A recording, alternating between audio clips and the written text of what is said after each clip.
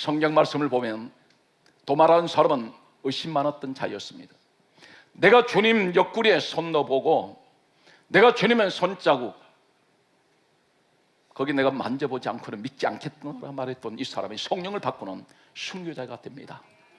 야고보, 요한이라는 사람이 있습니다. 이 사람들은 예수님을 3년 이상 따라다녔습니다. 그런데 이 사람들은 어떤 사람이었을까요? 이 사람들은 예수님께서 이름을 지어주시기를 보아느게 우레의 아들이라는 그런 별명을 지어주셨습니다. 우리의 아들이란 말이 어떤 성격입니까? 벼락치는 성격입니다. 대단히 성격이 거칠고 강팍하고 성격이 급합니다. 아주 다혈질의 사람들이었습니다. 이 사람들은 같은 형제지간인데 어떤 모습을 가지고 있냐면 성경 한 단면을 여러분께 소개한다면 예수님께서 이 제자들을 데리고 사마리아 동네로 들어가신 적이 있습니다. 사마리아 사람들이 예수님 일행을 들어오지 못하도록 막았습니다. 이때 옆에 있던 바로 우레의 아들이라고 이름 지었던 야고보, 요한이 이렇게 말합니다. 주님, 저 하늘에서 불 끌어내려서 이 동네 전부 다 태워버립시다.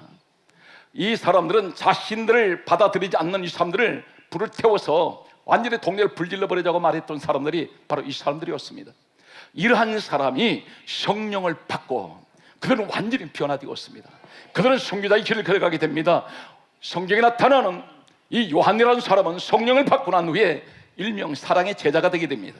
성경은 이 사도 요한, 이 사람은 요한복음을 기록했고 요한 1, 2, 3서를 기록했으며 요한계시록을 기록했던 사람입니다. 성경 5권을 기록했습니다.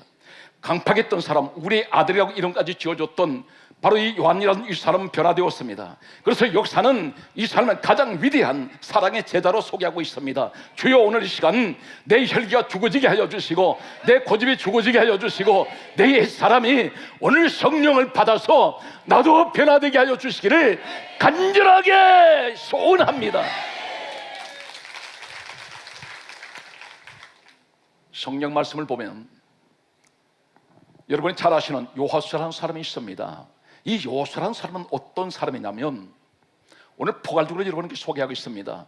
여호수아 1장 1절을 보게 되면 모세의 수종자로 알려져 있습니다. 다시 말해서 주의 종을 돕는 사람입니다. 이 사람은 철저하게 주의 종을 돕는 사람인데 어느 정도로 주의 종을 도왔느냐면 출애굽기 24장 1절 이하의 말씀을 보게 되면 하나님께서 시내산에 모세를 불러 올리셨습니다. 올라오라고 말씀하실 때 하나님께서 지명하셨던 너는 아론과 나답과 아비고 70명 장로와 함께 올라오라고 말씀하셨습니다. 여기에 73명이 올라갔습니다. 그런데 장로 70명, 아론, 나답, 아비고 3명, 그리고 모세 74명, 여기 여호수아가 같이 올라가게 됩니다. 40일 동안 기약 없이 시내산에서 그들은 기다려야만 했습니다. 모세가 40일 만에 내려올 때에 성경은 이렇게 강조하고 있습니다. 출애굽기 32장 17절 말씀을 보게 되면 여호수아만 남았습니다. 여호수아 이 사람은 왜 40일 동안 거기서 남아있을까요? 모세를 기다리고 있던 사람은 유일하게 여호수아 한 사람밖에 없습니다. 나머지 사람들은 다 내려가서 금송아지를 만들어서 춤추고 뛰놀았습니다. 그들은 중도에 다 내려갔습니다. 하나님께서는 이 모습을 지켜보셨습니다. 성경은 이렇게 강조하고 있습니다. 모세가 이 땅을 떠나기 전에 민수기 27장 18절 말씀을 보게 되면 어느 날 갑자기 하나님께서 모세에게 이렇게 말씀합니다. 너는 여호수아를 데려다가 그에게 안수하라, 그렇게 말씀합니다. 안수를 할 때에 성경은 이렇게 강조합니다. 모세에게 있던 권세가 넘어갑니다. 이 사람은 120세 나이로 세상을 떠나기 직전에 하나님께서는 신명기 34장 9절 말씀을 보게 되면 모세에게 또 이렇게 말씀합니다. 너는 여호수아에게 안수하라고 말씀합니다. 안수를 할 때 성경 강조하기를 지혜의 신이 여호수아에게 충만하더라 말씀합니다. 오늘 무엇을 말씀합니까? 왜 여호수아가 선택받았을까요? 그 당시에 사람이 없습니까? 출애굽기 12장 37절은 다음같이 말씀하고 있습니다. 장정 60만 명이셨습니다. 장정 60만 명이 있는데 하필이면 모세의 수종자, 심부름하는 사람, 모세의 몸종, 모세를 돕는 이 사람이 어떻게 해서 모세의 후계자가 될 수 있었을까요? 왜 하나님이 아론, 나답, 아비고 70명 장로를 불러 올렸냐면 이 사람들이 바로 모세 다음에 제2인자들이었습니다. 여호수아는 이 자리에 들어갈 수가 없습니다. 아무도 상상 못했습니다. 그런데 하나님이 마음에 품고 계셨던 사람은 73명의 사람들이 아니었습니다. 유일하게 한 사람, 여호수아를 마음에 품고 계셨습니다. 모세에게도 말씀하지 않았습니다. 모세가 마지막 너보산에서 떠나갈 때에 이 사람에게 하나님께서는 여호수아에게 안수하라고 말씀하실 때 아마 어쩐 모든 사람들은, 주변에 있던 사람들은 깜짝 놀랐을 것입니다. 전혀 얘기치 않았습니다. 왜 그런지 아십니까? 유일하게 여호수아는 평생 주의 종 모세 돕는 일에만 전력했습니다. 어떤 일이 있어도 떠나지 않았습니다. 끝까지 그를 따라갔습니다. 하나님이 이 모습을 지켜보셨습니다. 오늘 사랑하는 성도 여러분, 여러분 섬기는 교회에 주의 종과 연합하시기 바랍니다. 그래서 성경 강조합니다. 협력하여 합력하여 선을 이루라고 말씀합니다. 누가 교회에서는 합력해야 됩니까? 주의 종과 합력하십시오. 반드시 하나님은 이 사람을 축복하는데 오늘 여호수아 같은 축복이 여러분에게 있으시기를 주의 이름으로 축복합니다. 사랑하는 성도 여러분, 주의 성령이 내게 임하실 때 성령 충만 받는 사람이 이 시대에 어떤 사람입니까? 주의 종과 함께하는 사람, 끝까지 주의 종과 도와주면서 함께 갈 때에 반드시 한국교회는 부흥됩니다. 교회가 건강해질 수가 있습니다. 저는 오늘 포괄적으로 성경에 나타나는 성령의 사람들, 불을 받았던 사람들을 잠깐 소개하겠습니다. 엘리야를 소개합니다. 열왕상 18장 24절 말씀을 보게 되면 엘리야의 입을 통해서 전해지는 한마디가 있습니다. 불로 응답하는 신, 그가 곧 하나님이다. 우리 하나님은 불로 응답하신다는 것입니다. 이 사람이 어떤 사람입니까? 야고보서 5장 17절은 다음과 같이 말씀하고 있습니다. 엘리야는 우리와 성경이 같은 사람이로되 그가 간절하게 기도한 적 하늘을 닫고 하늘을 여는 사람이었습니다. 이 사람에게 갈멜산에서 그가 기도할 때에 하나님께서는 하늘에서 불을 내려주셨습니다. 오늘 사랑하는 성도들, 이 밤에 여러분들이 기도하실 때에 반드시 엘리야 같은 기도는 하늘에서 불이 내려오는 오늘 이 밤이 되시기를 예수 이름으로 축복합니다. 사랑하는 성도 여러분, 불을 받아야 됩니다. 내가 변화가 돼야 돼요. 불이 떨어지는 자리는 반드시 태워집니다. 내 육에 태워집니다. 혈기가 태워집니다. 내 교만도 태워집니다. 세상 자랑도 태워집니다. 이기적인 것도 태워집니다. 내 정욕도 태워집니다. 다 타버려요. 불이 떨어지는 것은. 오늘 여러분 이 불받는 이 밤이 되시기 바랍니다. 계속해서 여러분에게 소개합니다. 이사야를 소개합니다. 이사야 59장 21절 말씀을 보게 되면 하나님께서 이렇게 말씀합니다. 너 위에 있는 나의 영이라고 말씀합니다. 이 말이 무슨 말입니까? 너 위에 와 계신 분이 누구냐? 하나님의 영이 와 계신다는 것입니다. 하나님의 영이 누구십니까? 성령이 와 계신다는 것입니다. 오늘 다시 말해서 이사야도 성령이 함께 했던 사람이었습니다. 오늘 성경 말씀 보게 되면 여호수아도 성령이 함께 하셨고 엘리야도 성령이 함께 하셨고 이사야에게도 성령이 함께 하셨고 그 다음에 에스겔이 나타나고 있습니다. 에스겔이라는 사람은 어떤 사람입니까? 에스겔 2장 2절 말씀을 보게 되면 하나님께서 말씀하실 때에 하나님의 신, 하나님의 영이 이 에스겔에 임했습니다. 다시 말해서 하나님 말씀이 들려올 때에 성령이 임하셨습니다. 오늘 이 사건은 구약에 나타난 에스겔 시대에 일어났던 이 사건은 신약으로 사도행전으로 옮겨오면 성경은 이렇게 강조하고 있습니다. 사도행전 10장 44절에 베드로가 하나님 말씀을 전할 때에 말씀을 듣는 모든 사람에게 성령이 내려오셨습니다. 오늘 이 밤에 그렇다면 주여, 오늘 주의 종의 입을 통해서 하나님 말씀의 이 시간 전해질 때에 하나님 말씀을 듣는 모든 성도에게 주여 성령을 주시옵소서. 오늘 여러분 성령의 시간이 되시기 바랍니다. 내가 불을 받아야 됩니다. 내가 신앙생활이 날마다 은혜 생활하고 날마다 주님과 동행하려면 성령이 나와 함께 해야 됩니다. 나 혼자 신앙생활은 안 돼요. 성령 계셔야 됩니다. 우리는 찬송했습니다. 주와 함께 길 가는 것 즐거운 일 아닌가. 내 인생 나 혼자 걸어갈 때는 고독합니다. 괴롭습니다. 고통스럽습니다. 그러나 주님이 나와 함께 할 때에 다니엘이 사자굴에 들어가도 두렵지가 않습니다. 그는 사자굴에 던져졌지만 하나님이 그를 지켜주셨습니다. 사드락 메삭 아벳노고가 불속에 던져졌지만 두렵지 않습니다. 왜 그렇습니까? 하나님이 함께 하시니까. 그들은 불탄 냄새도 없었습니다.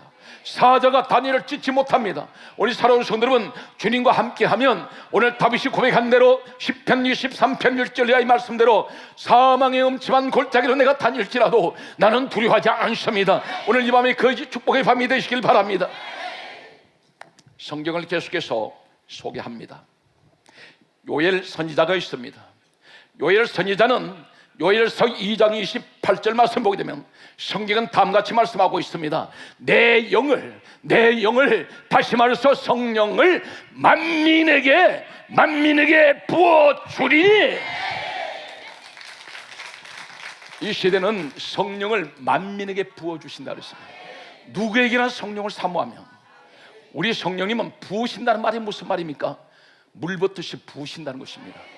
오늘 살아온 성도 여러분, 이러한 성령 시대를 살면서 여러분 성령님을 사모하십시오. 성령과 함께 하세요.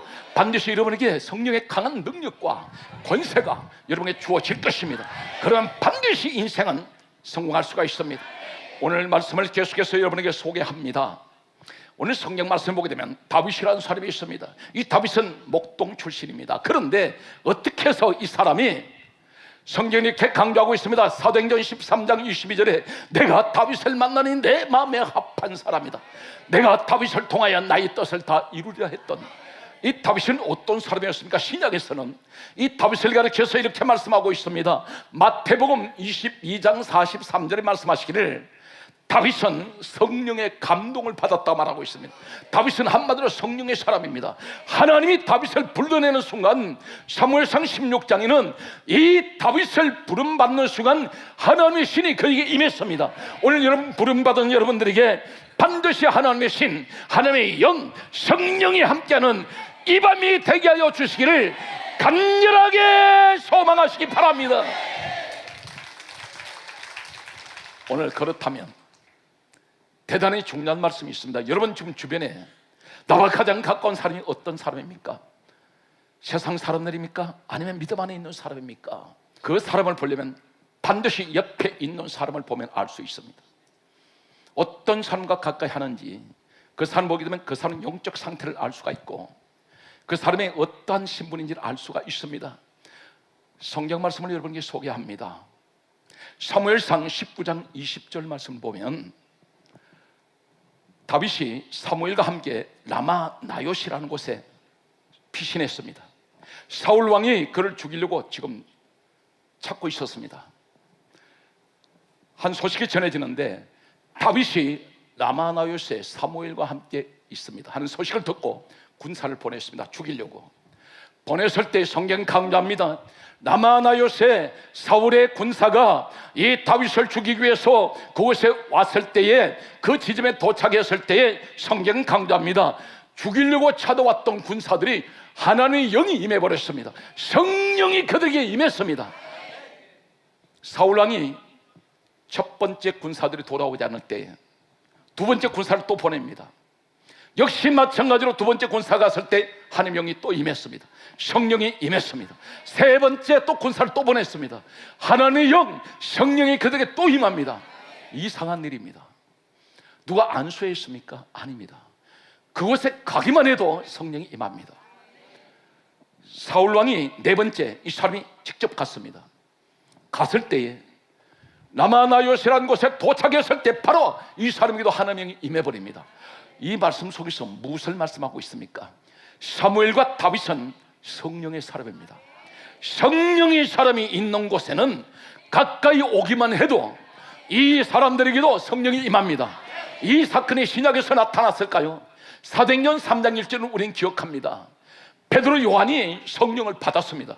성령 충만 받았습니다.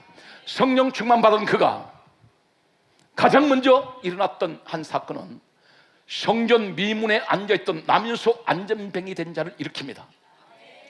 이 사람은 성령을 받고 난 후에 남윤소 안전뱅이 된 자에게 이렇게 말합니다. 내게 은과 금은 내게 없거니와 내게 있는 것은 내게 주노니 곧 나사렛 예수 그리스도 이름으로 일어나 걸어라. 잡았는데 잡는 순간 성령의 사람에게 있던 성령의 강한 능력이 이 남윤소 안전뱅이 된 자에게 들어갑니다. 베드로에게 있던 능력이 안전뱅이 된 자에게도 전이 됩니다. 오늘 우리에게 무엇을 말씀합니까? 내가 만약에 성령을 받았다면 내 가까이 있는 사람들도 다 성령 받습니다. 내가 손잡는 그 사람 일어날 수 있습니다. 오늘 여러분들이 그 주인공이 되시기를 주 예수 그리스도 이름으로 간절하게 축복합니다.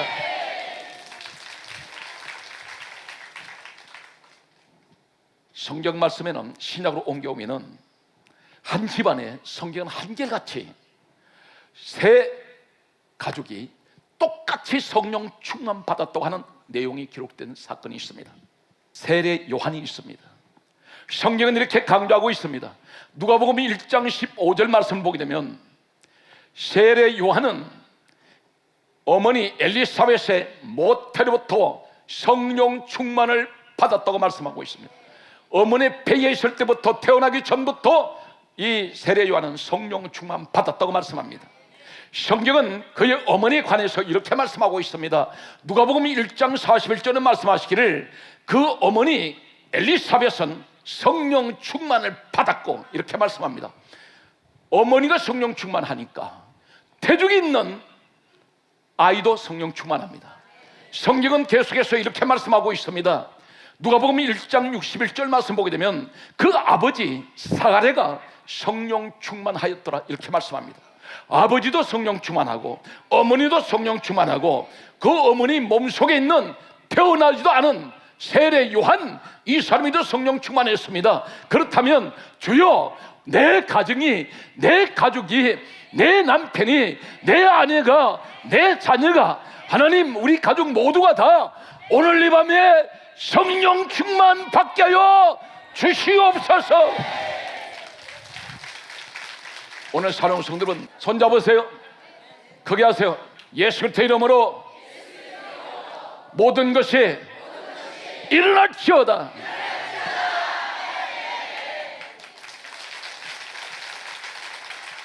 그래서 오늘 저는 이렇게 봅니다. 이 앉는 자리도 말이죠, 우연이라는 게 없어. 재수 없는 사람하고 아주 판지만 재수, 복 있는 사람 만나면 그냥 복 떨어지는 거야. 그러니까 앉다 보니까 성령 받은 사람 옆에 있는 것 같이 나는 그냥 얼떨결에 잡았는데 성령이 임해버렸네. 오늘 여러분 축복의 주인공이 바로 여러분입니다. 오늘 이 밤에 저는 분명 다놓고 말씀드리는데, 오늘 이 밤에 이 우중에 오신 여러분들은 진짜 백이에요. 정말 이 자리에 오신 여러분들은 성경 강조합니다. 끝까지 견디는 자가 구원 얻는다 했는데, 오늘 여러분 비가 온다고 해서 여러분 믿음을 중단한 분들이 아니에요. 오늘 이 자리에 사모하는 마음으로 올려주신 여러분, 먼 거리에서 오신 여러분, 반드시 가까운 곳에 오셨던, 어느 곳에서 어떻게 오셨던, 가장 중요한 것은 당신은 바로 축복의 통로입니다.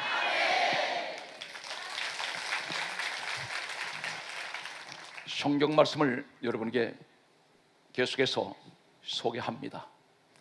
성경 말씀을 보게 되면 성경은 이렇게 강조하고 있습니다. 누가복음 2장 26절 말씀 보게 되면 잘 들으십시오. 내 마음대로 무슨 일을 하려니까 성공할지 실패할지를 모르겠습니다. 무슨 사업을 크고 작든 간에 무슨 일을 저질렀더니 우선 두려움이 앞섭니다. 불확실한 것 때문에 이것이 과연 성공할 수 있을까 못할까 생각할 때 늘 불안이 엄습합니다. 무슨 투자를 하려고 해도 자신이 없습니다. 그런데 가장 중요한 것은 오늘 여러분들이 성령을 받으면, 만약에 성령 충만 받았다면 성경은 이렇게 강조하고 있습니다. 누가복음 2장 26절에 말씀하시기를 성령이 지시하십니다. 성령이 나를 인도하고 계시고 성령이 나를 컨트롤합니다. 반드시 내 가는 길을 성령님이 예배하고 계세요. 오늘 성령님이 함께하면 내 인생은 실패하지 않습니다. 반드시 내 가는 길은 성령님이 책임지시기 때문에 항상 그 길은 안전한 길이요, 그 길은 축복의 길이며 그 길은 천국의 길입니다. 오늘 여러분 반드시 성령을 사모하십시오. 성경은 이렇게 강조하고 있습니다. 오늘 여러분들이 이 성경까지 오시는 것이, 오늘 이 말씀을 비춰보면 여러분 분명 성령의 인도를 받아서 왔습니다. 사단 마귀는 예배를 싫어합니다. 사단 마귀는 성전에 오는 것을 싫어합니다. 성경은 이렇게 강조하고 있습니다. 누가복음 2장 27절에 말씀하시기를 성령의 감동으로 성전에 들어가니, 오늘 여러분은 그 주인공입니다. 성령의 감동으로 성전에 들어옵니다. 오늘 여러분 이 성전에 오시는 것은 성령의 감동이 있었기 때문에, 성령의 감동이 어떤 것인가요? 나를 성전으로 인도하여 주셨고 나를 이곳으로 갈 수 있도록 생각을 주신 오늘 우리 성령님이 여러분들을 인도하셨다는 사실입니다. 그러므로 마태복음 10장 30절을 말씀합니다. 사람의 머리털까지 다 세심 받으신 우리 하나님, 오늘 여러분들 일주일 동안 다 보고 계세요. 오늘 여러분 응답하시려고 축복하시는 오늘 이 시간이 바로 현장입니다. 오늘 성경은 이렇게 강조하고 있습니다. 그러므로 오늘 성령은 어떻게 하면 받겠습니까? 누가복음 11장 13절을 말씀하시기를 따라하세요. 구하는 자에게 성령을 주시지 않겠느냐. 구하는 자에게 성령 주신다 했습니다. 오늘 기도하십시오. 기도하는 사람에게는 반드시 성령이 임합니다. 오늘 성경이 이렇게 강조하고 있습니다. 사도행전 8장 15절에 성령 충만 받았던 초대교회 많은 사람들 가운데서 오늘 바울이 오늘 이렇게 기도하고 있습니다. 성령 받기를 기도하니, 성령 받기를 기도하니 그들에게 성령이 임하십니다. 오늘 이 밤에 그렇다면 주여 내가 기도합니다. 오늘 기도하는 이 밤에 내게도 성령이 임하여 주시고 내게 주의 성령의 권능이, 성령의 능력이 나와 함께하여 주셔서 갈라디아 5장 16절에 말씀합니다. 너희는 성령을 쫓아 행하라 말씀하고 에베소서 5장 18절에 말씀합니다. 오직 성령 충만을 받으라고 말씀합니다.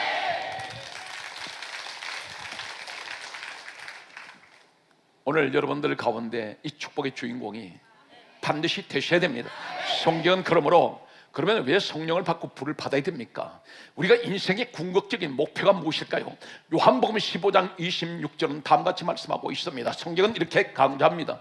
예수님께서 직접 말씀하시기를 진리의 성령이 오시면 그가 나를 증거하실 것이요, 다시 말해서 진리의 성령님이 오시면 그가 나를 증거한다는 말은 주님이 직접 하신 말씀은 예수님을 증거하기 위하여 성령이 오신다는 것입니다. 성령을 받은 사람은 항상 입을 열면 예수를 전합니다. 예수의 증인됩니다. 어느 곳에 가든지 항상 예수를 전하게 되어 있습니다. 오늘 살아온 성도 여러분, 이 시대의 희망은 희망의 등대, 오늘 우리에게 인생의 방향을 제시하는 이정표, 반드시 그분이 누굽니까? 우리 예수 그리스도입니다.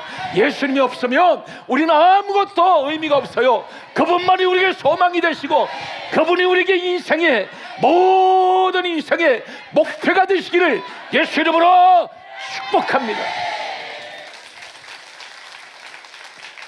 할렐루야.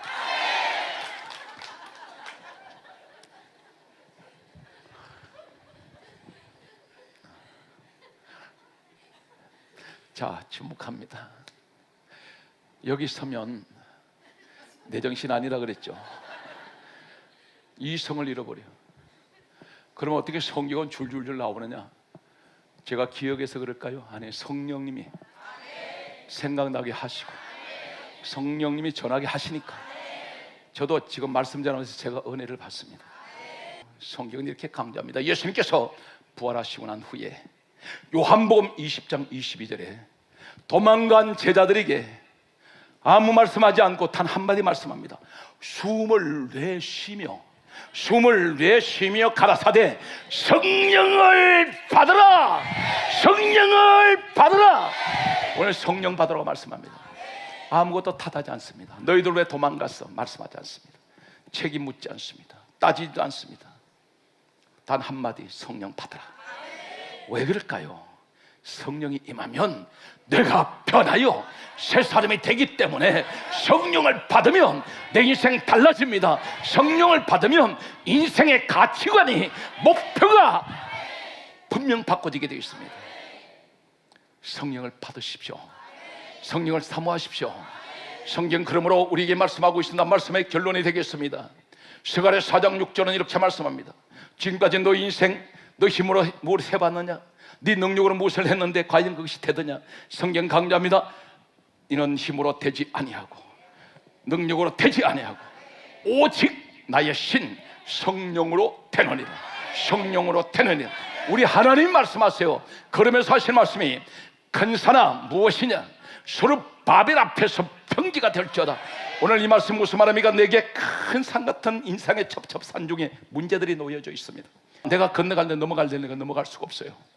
너무너무 질식할 것 같고 쓰러질 것 같고 낭떠러 떨어질 것 같습니다. 우리 인생은 항상 굴곡진 인생입니다. 이것을 내가 인생을 점령할 수가 없는 높은 산들이 있습니다. 그런데 오늘 하나님의 신 성령이 함께 하시면 큰 산 같은 문제도 평지가 됩니다. 하나님이 다 깎아버리시겠다는 것입니다.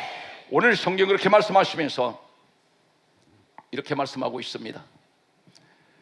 그가 머릿돌을 내어놓을 때에, 머릿돌을 내어놓을 때 은총이 그에게 있을지어다. 머릿돌을 내어놓으라는 것입니다. 무슨 말하고 있습니까?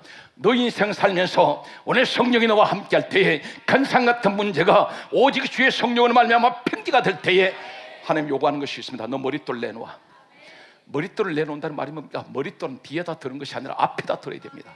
앞에다가 머릿돌 들으란 말은, 앞에 들고 가라는 말은 내 앞에, 내 인생 앞에 가장 내세우는 것이 머릿돌인데, 이 바로 머릿돌이 누굽니까? 사도행전 4장 11절에 따라하세요. 머릿돌 되시는 예수 그리스도. 오늘 무엇을 말합니까? 네가 성령을 받았다면 인생이 세상 돈 자랑하는 것이 아니라 명예를 자랑하는 것도 아니요, 세상 권력을 자랑하는 것도 아니요, 세상 지식을 자랑하는 것이 아니라 너는 예수를 자랑해야 된다는 것입니다. 그러므로 성령을 받은 사람은 가는 곳마다 예수를 전합니다. 가는 곳마다 예수를 자랑합니다. 오늘 성령 충만 받은 사람은 내가 예수를 위해서 내가 목 잘려 죽어도 후회하지 않습니다. 두렵지가 않아요. 이것이 성령 받은 사람의 가장 먼저 나타나는 현상입니다. 예수 위해서 죽고 예수 위해서 살고, 내 인생이 이 땅에서 아무리 좋은 음식을 먹고 산다 한들 그건 순간에 지나는 것이고, 아무리 태산 같은 많은 돈을 내가 모았다 한들 이 땅 떠날 때는 빈손으로 가는 것이고, 세상에 어떤 나는 새도 떨어뜨리는 권력을 가지고 있다 할지라도 한순간에 물고 품성은 사라져버리는 이것이 세상 것들입니다. 그런데 영원히 우리와 함께 하시는 분은 예수 그리스도 그분입니다. 오늘 소망이 되시는 우리 예수님을 자랑하시는 오늘 시간 성령에 충만한 여러분 되시기를 주 예수 그리스도 이름으로 간절하게 축복합니다.